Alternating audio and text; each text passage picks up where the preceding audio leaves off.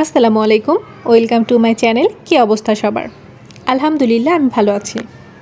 তো আজকে কথা বলবো কেন আমি 47-এ অ্যাপ্লাই করিনি সেটা নিয়ে। তো এ বিষয়ে বলতে গেলে প্রথমে বলতে হবে আমি যখন নাকি পড়াশোনা শুরু করি তার কয়েক মাস পরেই বা কয়েক মাসের মধ্যেই 47-এর সার্কুলারটা দিয়ে দেয়। তো তখন আসলে আমি ভাবতেও পারছিলাম না যে এতটুকু প্রিপারেশন নিয়ে আমি পরীক্ষা দেব। সো আমি ওটাকে টোটালি সাইডে রাখি, আমি অ্যাপ্লাই করিনি।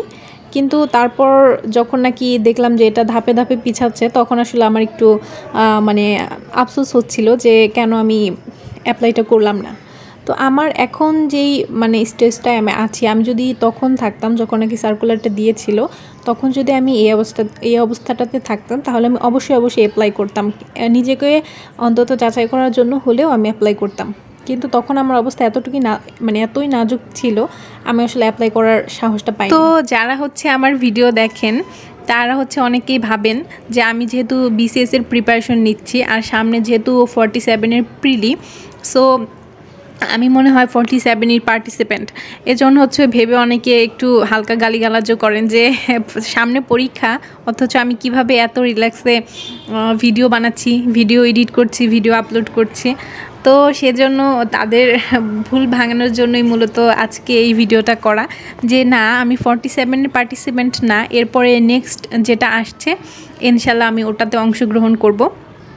তো আসলে যেহেতু আর অল্প কিছুদিন পরেই পরীক্ষা, তো এই মুহূর্তে আসলে যারা কিনা 47-এর পার্টিসিপেন্ট তাদের পক্ষে কোনোভাবেই ভিডিও করা, তারপর এডিট করা, আপলোড করা এটা আসলে সম্ভব না।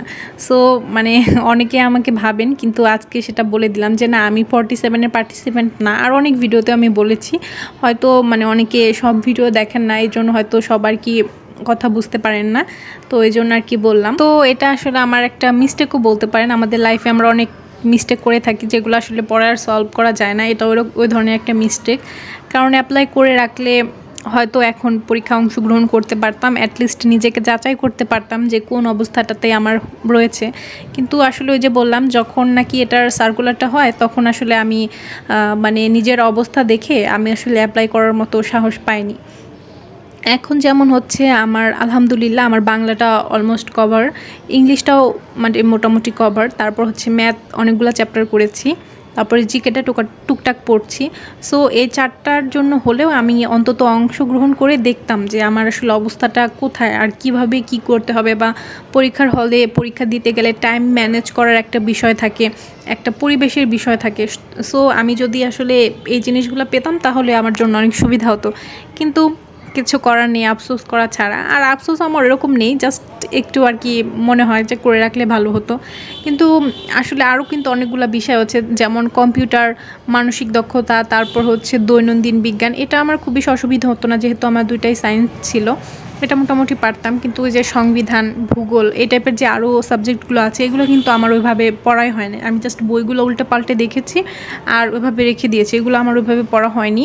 সো এগুলো ভালোভাবে পড়তে হবে। আসলে একদম সামগ্রিক যে প্রিপারেশনটা সেটা আমার হয়নি, আমি জাস্ট 4টা মেইন সাবজেক্টকে মোটামুটি কভার করেছি। সো এটাই আর কি। যারা কিনা আমার মতো মিস্টেক করেছেন আমাকে জানাতে পারেন। যাই হোক, আল্লাহ তাআলা যা করেন ভালোর জন্যই করেন, ইনশাল্লাহ সামনে ভালো কিছু অপেক্ষা করছে, আমি আশাবাদী। তো এটুকুই বলার ছিল যে যারা কিনা আমার উপর খুবই রাগান্বিত যে একজন বিসিএসের প্রার্থী হয়ে আমি মাত্র কয়েকদিন পর পরীক্ষা, এখন আমি কিভাবে এত রিল্যাক্স। সো আসলে আমি না, আমার টার্গেট নেক্সট ডেটটা। আপনারা সবাই আমার জন্য দোয়া করবেন। আর যারা আপনারা পরীক্ষা দিবেন সামনে 47-এ বা তারপরে, আপনাদের জন্য অনেক অনেক দোয়া রইল। তো আজকের ভিডিওটা এই পর্যন্তই। ধন্যবাদ সবাইকে। আল্লাহ হাফেজ।